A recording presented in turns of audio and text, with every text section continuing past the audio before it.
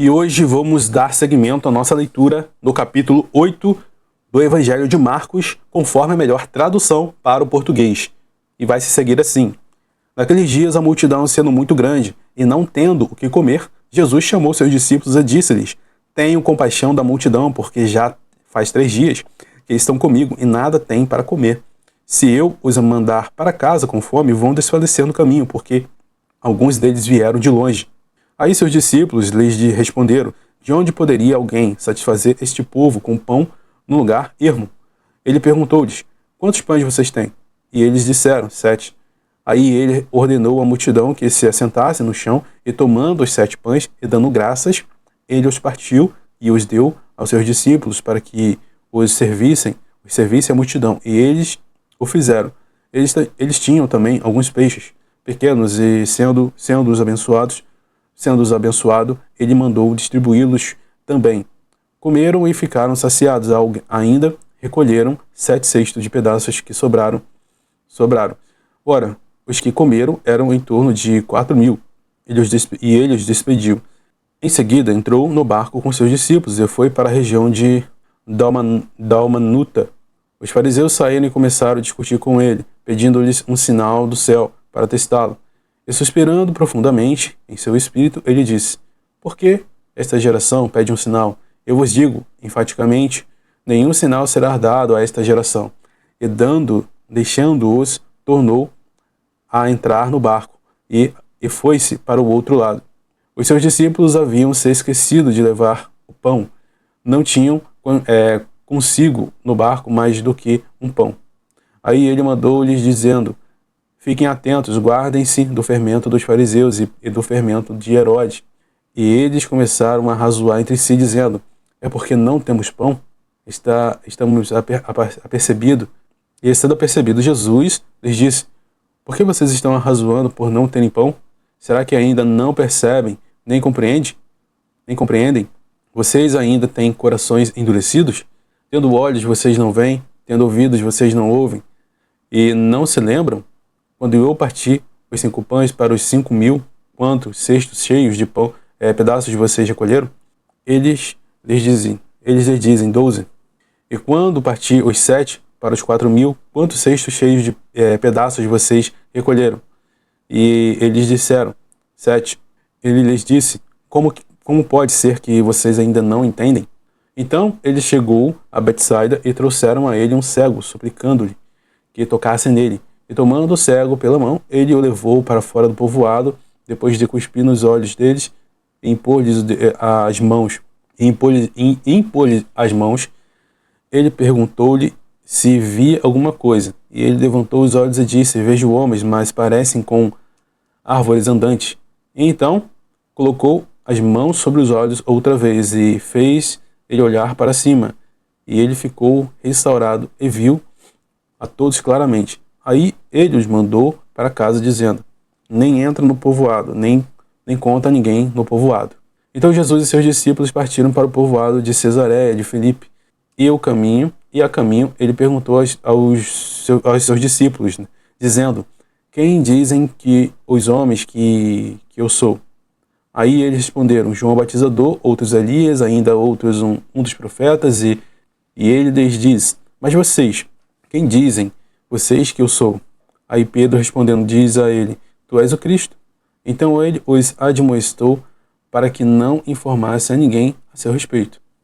E começou a ensinar-lhes que era necessário que o Filho do Homem sofresse muitas coisas e fosse rejeitado pelos anciãos, pelos principais sacerdotes e pelos escribas, e fosse morto, e após 3 dias ressuscitasse. A palavra dele foi bem clara. Aí Pedro, levando-o à parte, começou a repreendê-lo. Mas ele, virando-se e olhando para seus discípulos, repreendeu Pedro, dizendo: Para trás de mim, Satanás, tu não pensas nos valores de Deus, e sim nos dos homens. Provavelmente na sua Bíblia deve estar diferente, né? Não falar assim valores de Deus, mas os valores dos homens. É essa a verdadeira expressão. Então você pensa comigo, meu amigo. Você hoje, as pessoas hoje, em muitas comunidades cristãs, estão pensando mais nos valores de Deus ou nos valores dos homens? Seus objetivos de vida, seus sonhos, suas petições e aquilo que você cogita na sua vida são os valores de Deus ou tem mais a ver com as coisas dos homens, aquilo que o homem ensina, como sucesso, como um padrão de vida, como um propósito. Aonde está o teu coração? Então, fica bem claro que por isso que mais à frente, na carta do apóstolo João e nas cartas, deixa bem claro que quem se torna amigo do mundo é inimigo de Deus, porque as coisas do mundo são os valores dos homens. Ser amigo de Deus é ouvir e obedecer a palavra de Deus. Verso 34. Convocando a multidão junto com os seus discípulos, disse-lhes: quem quer que queira seguir após mim, há de negar-se a si mesmo, tomar a sua cruz e me seguir.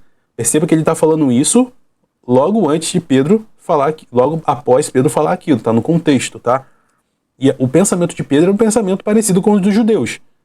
Certamente que eles esperavam um rei, um Messias, e até hoje é assim, que seja o governador, o político governador, o conquistador, como Davi foi. Então na cabeça deles era esse Messias que viria. E quando vem o Messias é um carpinteiro, alguém que nem tinha onde recostar a cabeça, que era pobre, que vivia de doação, que se vestia como todo mundo.